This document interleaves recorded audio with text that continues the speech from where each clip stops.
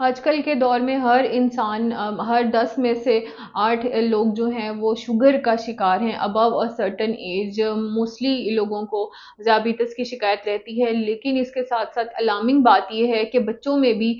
जो है अब ये शुगर देखी जा रही है। अब अगर हम बात करें डायबिटीज़ की या ज़ियाबितस की, तो इसके बारे में ये कहना बिल्कुल इसमें कोई मुज़ायके की बात नहीं है, ये किसी कैंसर से कम नहीं है, क्योंकि इसका बरवक़्त इलाज और इससे बचाव किस हद तक हम कर सकते हैं, ये सारे फैक्टर्स बहुत अहमियत रखते हैं और हम इस चीज़ को बहुत लाइट लेते हैं और डॉक्टर के पास बार-बार जाना पसंद नहीं करते। तो अगर आपको ज़ियाबितस या डायबिटीज़ डायग्नोज़ हो गई है, तो इस बात का ख़्याल रखें कि आपने अपने routine checkup every 2 to 3 months doctor से कराते रहने हैं। डॉक्टर आपको मुख्तलिफ तरह के टेस्ट एडवाइस करता है, आपको HbA1c और आपके शुगर लेवल्स एक सर्टेन लेवल पे मेंटेन करने होते हैं और आपको गाइड किया जाता है कि किस तरह से आपने अपनी शुगर को कंट्रोल रखना है, किन अद्वियात का इस्तेमाल करना है, अगर अद्वियात की ज़रूरत नहीं है तो लाइफ़स्टाइल में क्या-क्या मॉडिफ़िकेशंस करने की ज़रूरत है। और इसके अलावा अगर आपको अद्वियात की ज़रूरत हो तो गोली की सूरत में या इंसुलिन की सूरत में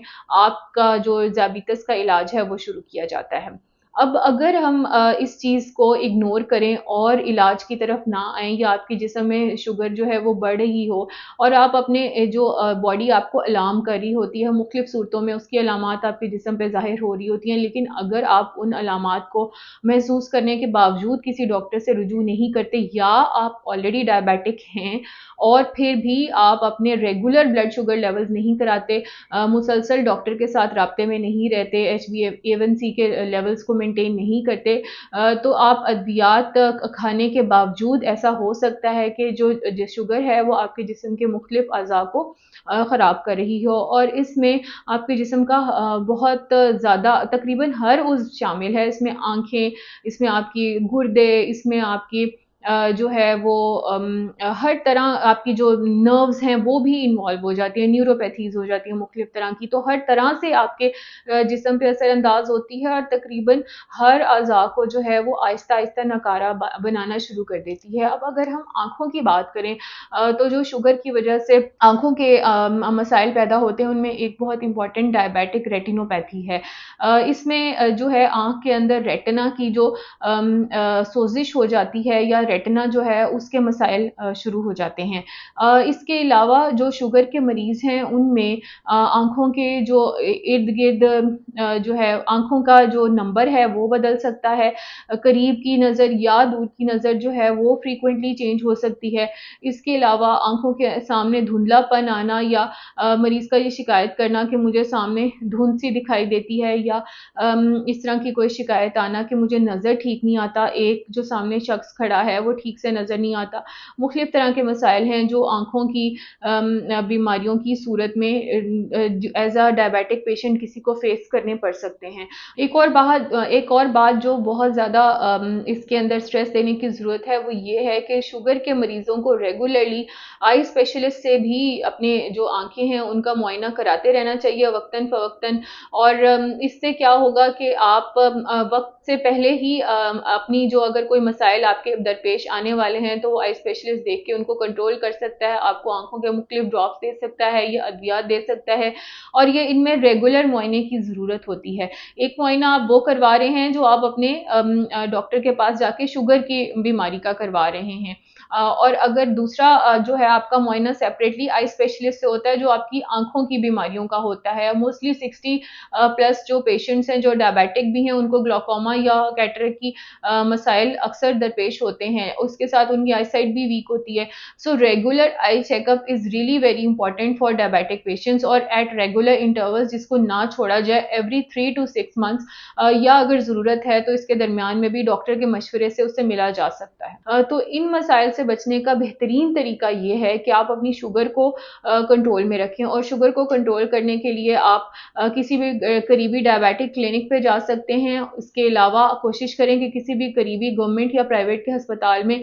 डॉक्टर से रुजू करें और अपनी अद्वियात को टाइम पे रहते रहें। Lifestyle modification